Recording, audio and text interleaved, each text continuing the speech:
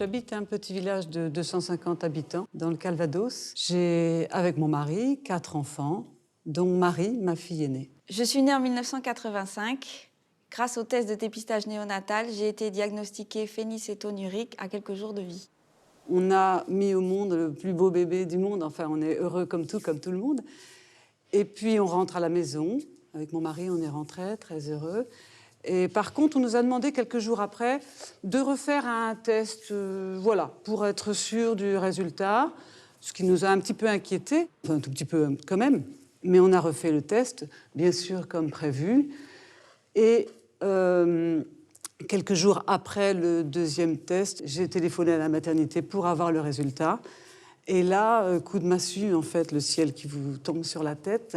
La secrétaire de la petite maternité, qui ne devait pas non plus connaître le nom de la maladie, nous confirme « Votre fille a bien la phénylcétonurie ». En plus, ça tombait pendant les périodes de Toussaint, des ponts de Toussaint. Donc, on devait attendre encore quelques jours avant qu'elle soit hospitalisée. Je venais de lire que si ce n'était pas traité dans les premiers jours de la vie, elle risquait d'être débile et qu'il y avait un rapport en plus avec l'alimentation qui risquait de l'intoxiquer. Et cette période de 4-5 jours m'a été très longue et très pénible parce que j'avais le sentiment de l'empoisonner à chaque tétée alors qu'elle buvait de bon cœur mon lait. Marie avait une dizaine de jours de vie, à peu près 15 jours, mettons. On est allé à l'hôpital. À l'hôpital, donc, on était reçus par le spécialiste, qui était très bien, très rassurant, très calme, nous disant que la phénylcétonurie étant bien prise en charge au bon moment, tout se passerait très bien. Mais au fond de moi-même, je m'étais fait comme un blindage. Je me suis dit, c'est une maladie très grave qu'elle a. Il ne veut pas me dire la vérité pour me ménager un petit moment, pour me conforter. Mais je m'étais fait comme une carapace, un blindage, en me disant, il faudra gérer ça, ça sera très grave. L'hospitalisation s'est bien passée. Marie a eu des biberons à la place de mon lait maternel, des biberons avec des acides aminés artificiels, de l'huile, de l'eau, du dextrine maltose. Enfin, c'était un mélange assez infâme qui sentait très mauvais.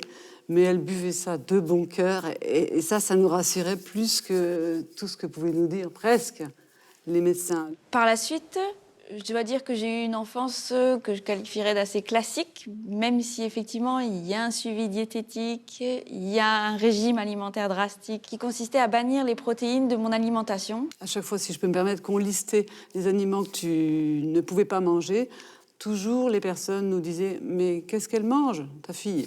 Alors du coup, c'est essentiellement des fruits et des légumes, effectivement.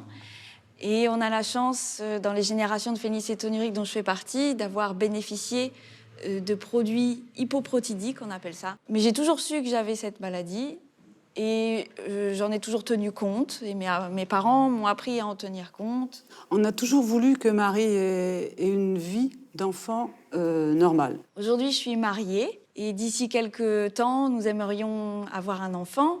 Et très tôt, dans le suivi des phénylcétonuriques, on nous explique à quel point le suivi, particulièrement des jeunes femmes, est important pour ne pas avoir de répercussions sur le fœtus à venir. Sans le dépistage néonatal, je n'aurais pas eu la vie que j'ai aujourd'hui, je n'aurais pas pu faire les études que j'ai faites, je n'aurais pas pu avoir le métier que j'ai aujourd'hui et je n'aurais pas pu non plus certainement avoir la vie de couple que j'ai aujourd'hui et la vie de famille à venir pour moi. J'imagine que la vie n'aurait pas été la même non plus pour mes parents.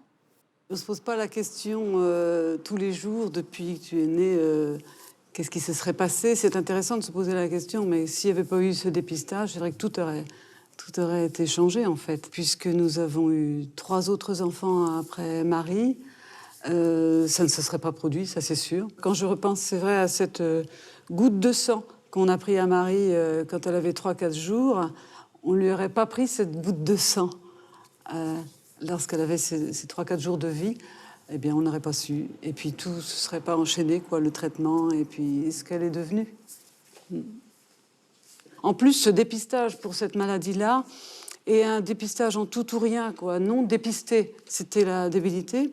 Et dépisté et traité correctement, comme c'est le cas aujourd'hui, enfin, tout va bien, quoi. On a quand même beaucoup de chance. On a beaucoup de chance. Oui.